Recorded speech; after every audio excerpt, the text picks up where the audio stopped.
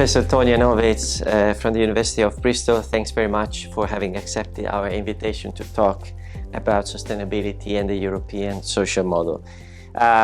We will ask you some questions and we are very keen in learning something from your expertise.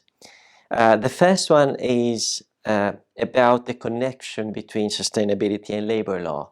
This has been explored widely by labor lawyers so far. There have been books, there have been articles, conferences on the topic. Could you give us a starting definition maybe of sustainability, one which is usable in a labor law context? I have to start by saying, well, firstly, thank you very much for inviting me to speak to you. I think I have to say at the outset that sustainability is a really contested concept.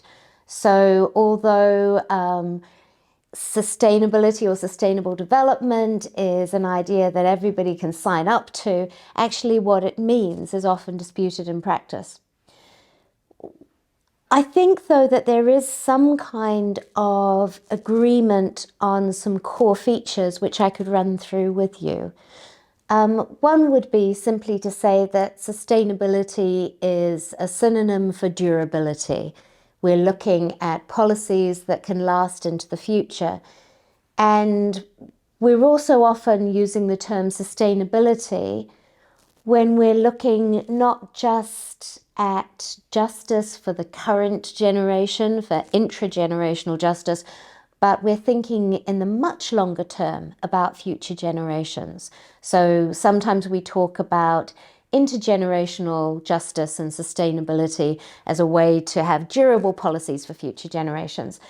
And I think the other thing that is typical of a sustainability analysis is that we're looking at three pillars or dimensions, at least three. So we're thinking about policies that serve longer term economic development, policies which are concerned with environmental protections, and we're also thinking about social policy, social justice, and that's where labour law tends to come in. There's also a kind of consensus, a normative consensus, I think, that's arisen around the idea of equality and inclusion. And the idea is that the more people agree on the policy, are consulted, can construct its dimensions, can be engaged in its implementation, the more likely it is to be effective. And that's important because there are potential tensions between economic, environmental, and social objectives. Thanks. I think you touch upon a very important aspect. The one on why and how we could use sustainable development goals also in the field of labor law. It seems that the ILO has already put forward a very interesting agenda when they started the decent work agenda a few years ago. So we might be interested to understand better what is new from a sustainability perspective in this context. Yeah, so the Sustainable Development Goals are fairly recent because they're the product of a UN General Assembly resolution in 2015 on the 2030 agenda. And they've provided a new kind of global reference point for policymakers at the international level, but also nationally and regionally, and for civil society as much as, say, governments. So they are exciting in the sense that they really do pick up on these three different dimensions of sustainability, and you could say that they're jointly and severally important. So they're described as integrated and indivisible, and yet you have got SDG 8 there on economic growth, employment and decent work, and decent work is a real headline which harks back to the International Labour Organization's agenda. And what we find in SDG 8 is that a number of core labour standards reflected in the 1998 Declaration on Fundamental Principles and Rights at Work, get a good deal of attention. But I think the SDGs are also an opportunity to improve on labour standards. Not that they'll necessarily do that, but they could. They really could. And so what's quite exciting about SDG 8 for me was its treatment, for example, of migrant workers and precarious work, which the International Labour Organization has really struggled to place on the agenda and get employers to the bargaining table.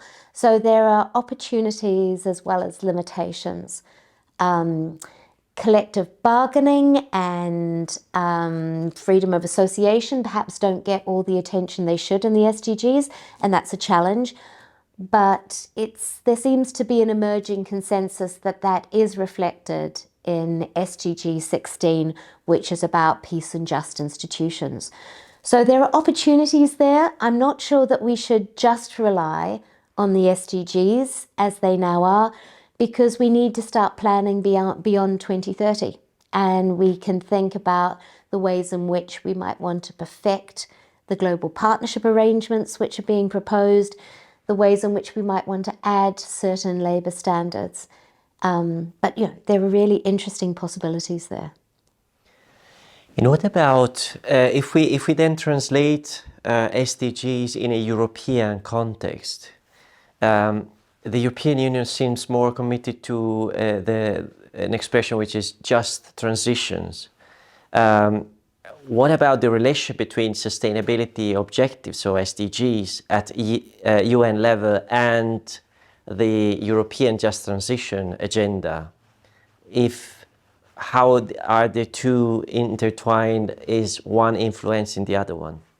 That's a really good question. So I was thinking about that question. And what I would say is that the idea of just transition seems to me narrower than the whole spectrum of the 17 Sustainable Development Goals. So just transition is really about achieving an important structural objective. If we thought of it in terms of sustainability, it would be an environmental objective. So we want to address climate change or ecological diversity perhaps, or other environmental goals. And in that context, we start thinking about social policy as a means to achieve that aim. Now, what I like about the Sustainable Development Goals is that decent work is itself an aim. So child labour is something that can be addressed just because it's important, not because it has any environmental relevance. When we start talking about just transition, then we're thinking about the best way to get to an environmental objective. And there we can start thinking about the preamble to the Paris Agreement. We can look at the International Labour Organization's soft law guidelines on just transition, and the kinds of prompts that gives us to think about collective bargaining in particular and freedom of association, but also other consultative endeavours with stakeholders to get to that end point. So I think the idea of just transition can be linked to the International Labour Organization's conception of decent work. So if we think about the decent work agenda as being about promotion of employment, social protection, social dialogue, and protection of those fundamental rights at work, then actually, just transition does require those forms of investment in employment, social protection, and some creativity through social dialogue. So I don't think that just transition should be viewed too narrowly. I think there is some decent work content there, but I think it's possibly more limited as an objective.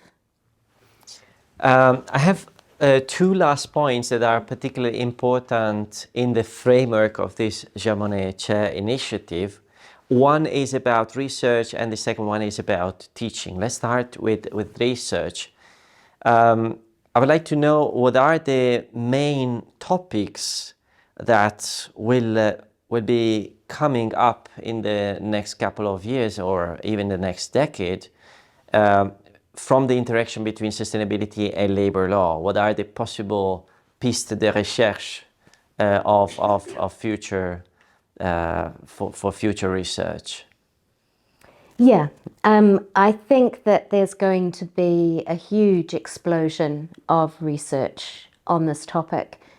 I think a lot of people are really interested in a very pragmatic way in how we resolve certain problems around environmental protection while preserving employment for workers, but also decent work in the sense of the sorts of jobs that people would like to be doing, and how we preserve some kind of collective bargaining over this and autonomy of labour. So there's a very concrete problem that's being presented in Europe and elsewhere. And so I think we're going to see a lot of research on how we adjust from polluting industries, how we deal with the environmental difficulties associated, say, with digital transition. I'm expecting a lot of research on that. My own research harks back to the EU's treatment of labour standards as essential to sustainable development and good governance. And so I'm currently writing on trade and labour. I think that there's quite a lot that could be done here. When I've been writing the book that I'm engaged in now on trade and labour, what has been really difficult for me has been following up on SDG 10 and this idea of equality within and between states. So I think the legacy of colonialism creates some real problems for sustainable development that we have to start addressing in the international community. Adele Blackett's work on that is really interesting. Diamond Ashiagbor as well is doing some interesting and exciting research on that. So I think we can look forward to that as well. The other thing that interests me is how we might recraft our domestic labour laws to equip trade unions to engage in collective bargaining. So at the moment, for example, in the UK, you cannot take forms of secondary action. You cannot strike to preserve the local environment of your community. There are some interesting questions about the limitations of collective labour law that could also be addressed. And last but not least, we might want to learn from what has been going on in the sphere of environmental justice. So we might want to think about participatory principles developed under the Aarhus Convention and whether we want to apply the same things to labour law or whether we need to modify those. So it's a huge research agenda, really. Yeah, that sounds really interesting, and I'm sure that we'll go in that directions that you pointed. Last question is about teaching. The Jean Monnet action is also about teaching. So, and of course, it's very difficult to integrate cutting-edge research into the traditional teaching of labor law, of collective labor law, of social security, etc. But still, it's a mission that I think the transmission of knowledge to students is particularly important. And so how would you see this, the teaching of labor law in the future according to the sustainability mantra? At the moment, what we've been doing is giving students the opportunity to do further research on the topic. So we have a third-year research project or dissertation that our undergraduate students can do, and I've had a lot of students doing work on environmental protection and labour standards. And again, postgraduate students have been picking up on those themes. And they've been doing so in really interesting and creative ways, looking at the relationship, say, between discrimination law and platform work and environmental concerns. So there's quite a lot there that can be done. But what I think would be better is to start to mainstream sustainability policy discussions into the employment law curriculum. And I think there are a whole range of ways we can do that. We can start rethinking our, say, discussions around employment status by recognizing that for many people at work today, they don't have a standard workplace. Their workplace is their home, or it could be the streets. So that affects, to some extent, the ways in which workers have a relational interest in the environment, and we could start talking about that more explicitly. We could talk more about equality and discrimination law in terms of the effects of systemic inequality on the environment. And again, there are some really nice case studies that we could look at in an employment law context. I think, again, also when we talk about collective labour rights and what are legitimate subjects for collective bargaining and strikes, we could start to probe these sorts of issues. So in the end, at the moment, these things are optional projects in my law school, but I'm hoping that we could mainstream sustainability discussions into our teaching of labour law. So thanks very much. I think it was enriching the audience and for sure labour lawyers in the room. Thanks very much, Tonia, again. A pleasure. Thank you.